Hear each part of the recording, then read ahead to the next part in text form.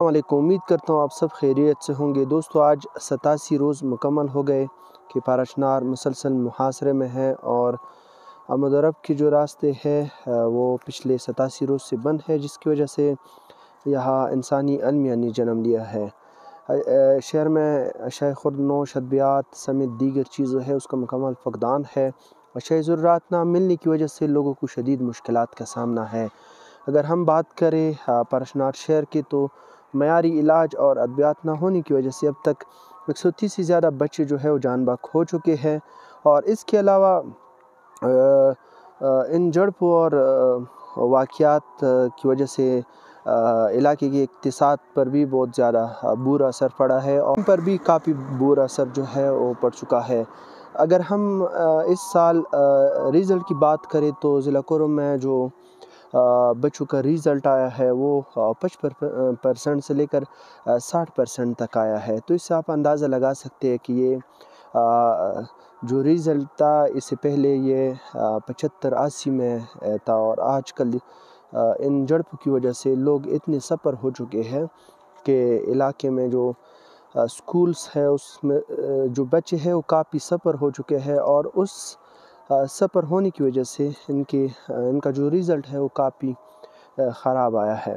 تو آج 87 روز بھی آمد و رفت کے راستے بند ہے۔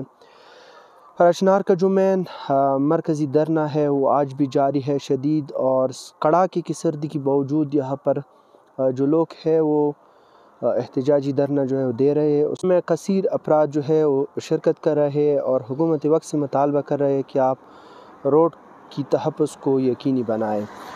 کل کوہاٹ میں ایک اہم دونوں فریقین نے رضامندی اختیار کی اور اس فیصلے پر دستخط کی۔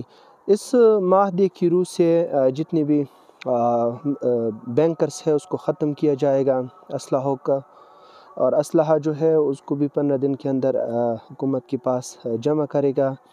اس کے ساتھ جو سوشل میڈیا پر غلط بیانات دیتے یا اس کا غلط استعمال کرتے ہیں اس کے خلاف بھی ایکشن لیا جائے گا، اور جو اسلحے کے لیے چندے وغیرہ ہوتے ہیں اس پر بھی پابندی عائد کی گئی ہے۔ تو یہ چیزیں اس میں تھیں۔ البتہ روڈ جو ہے وہ ابھی تک بند ہے، تقریباً 3 ماہ پورے ہونے والے ہیں۔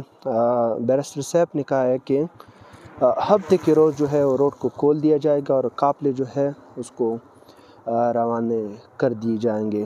بھی ضلع کرم میں وہی صورتحال ہے جو اس سے پہلے تھی۔ ہیومینیٹیرین کرائسس چل رہا ہے، انسانی المیہ نے جنم لیا ہے، چیزیں نہیں مل رہی، لوگ پاکوں پر مجبور ہو گئے ہیں، تعلیمی نظام درہم برہم ہو گیا ہے، مواصلاتی نظام درہم برہم ہو چکا ہے، چونکہ یہاں پر زیادہ تر ٹاور جو ہے وہ بند ہو چکے ہیں، تو جو مقامی لوگ ہیں ان کو شدید مشکلات کا سامنا ہے۔ اگر ہم راستوں کی بات کریں تو راستے جو ہے صرف اپر کرم کے لوگوں پر بند ہے، باقی لوور کرم کے صرف اہل تشیع جو ہے اس پر بند ہے، باقی لوور کرم میں جتنے بھی لوگ آباد ہے اس کے لیے آمد و رفت وغیرہ ہو رہی ہے۔ تو ضلع کرم کے یہ تازہ ترین اپڈیٹ جو میں نے آپ کے سامنے رکھ دی۔ دھرنا بھی جاری ہے۔ دھرنا کے منتظمین کا کہنا ہے کہ جب تک حکومت روڈ کی تحفظ کو یقینی نہیں بناتا، جب تک آمد و رفت نہیں ہوتا، جب تک یہ چیزیں جو ہے یہ پوری نہیں ہوتے، اور اس کے علاوہ بغیر کسی خوف اور جھجک کے اس پر آمد و رفت نہیں ہوتا، تب تک یہ دھرنا جو ہے وہ جاری رہے